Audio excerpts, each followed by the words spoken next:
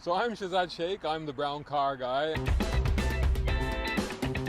Basically, I'm a motoring journalist and a content creator, and I've been writing about cars and making content about cars for well over 30 years now. People often ask me, like, how did you get into cars? And it's an interesting question, and it's a weird question, because with a lot of people, when you ask them how did they get into cars, it's either to do with their dad or their uncle, or they live near a racetrack, or there's some sort of history there.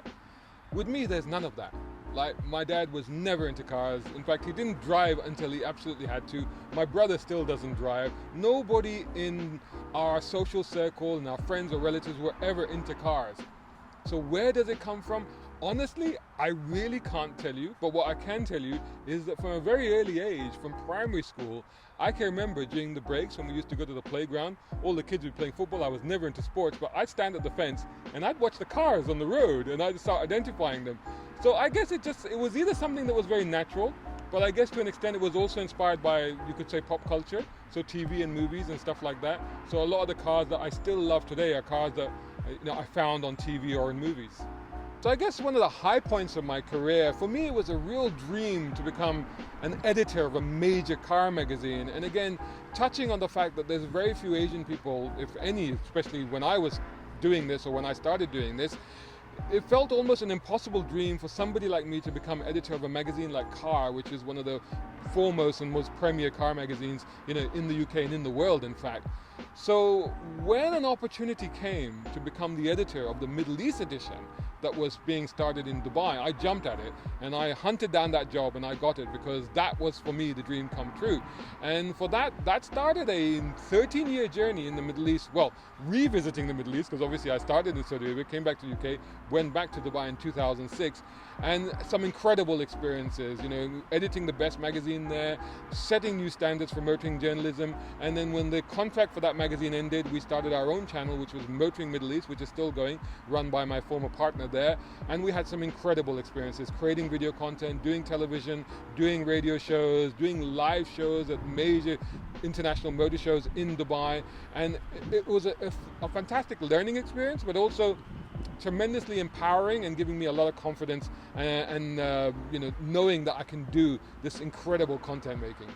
So I started doing what I do way back in 1989. I was living in Saudi Arabia with my dad in Jeddah, and he used to do his company used to do some work for the local newspaper, which was Saudi Gazette, and I used to go down there. And I met up with the features editor one time, and I had always been obviously interested in cars, but also very interested in writing. Even at school, that was my favorite thing to do, writing fiction, writing stories, writing stuff. It was always my favorite thing to do. So for me, going to a newspaper and talking to this features editor, it put in my head this germ of an idea that I could combine my two things, like cars and writing. And I basically convinced this guy to give me a weekly column in the national newspaper writing about cars, and that, in a sense, makes me able to claim that I'm Saudi Arabia's first motoring journalist, because back in 1989, I was the only one writing about cars. So that's when it all started for me, and I just haven't looked back since. So I put out a lot of video content because that's what people want these days, and I've learned to do that myself. I film them, I present them, I edit them. I have a couple of kids that know a lot about video editing, but I can't always get them to help me, so I have to do a lot myself. What are the video content that I most like doing? Well, car reviews, and I think particularly classics like this one, like my BMW E30 here. I really like, because I like to sort of go back in time and revisit cars that I loved when I was growing up or when I was first buying cars and stuff like that. But also I love the process of doing the review, where I get to really tell people about the car, show them the car, basically try to give them an experience of what it's like to A, have the car, and B, drive the car. So I guess car reviews probably is the kind of content that I like doing most. When I came back to the UK at the beginning of 2019, I decided to create my own brand as well as doing freelance work. And one of the things that I decided to do, or one of the things that I felt was necessary, to find the uniqueness, to find what is different about me. And when I look at the automotive media and the automotive culture as well in this country, you find that it's, to coin a phrase that a lot of people have said, it's very pale, male and stale. So there isn't a lot of color in it, there isn't a lot of diversity in it, there isn't that much inclusivity in it. There is more now than there was, but we're still lacking, particularly in the media sphere.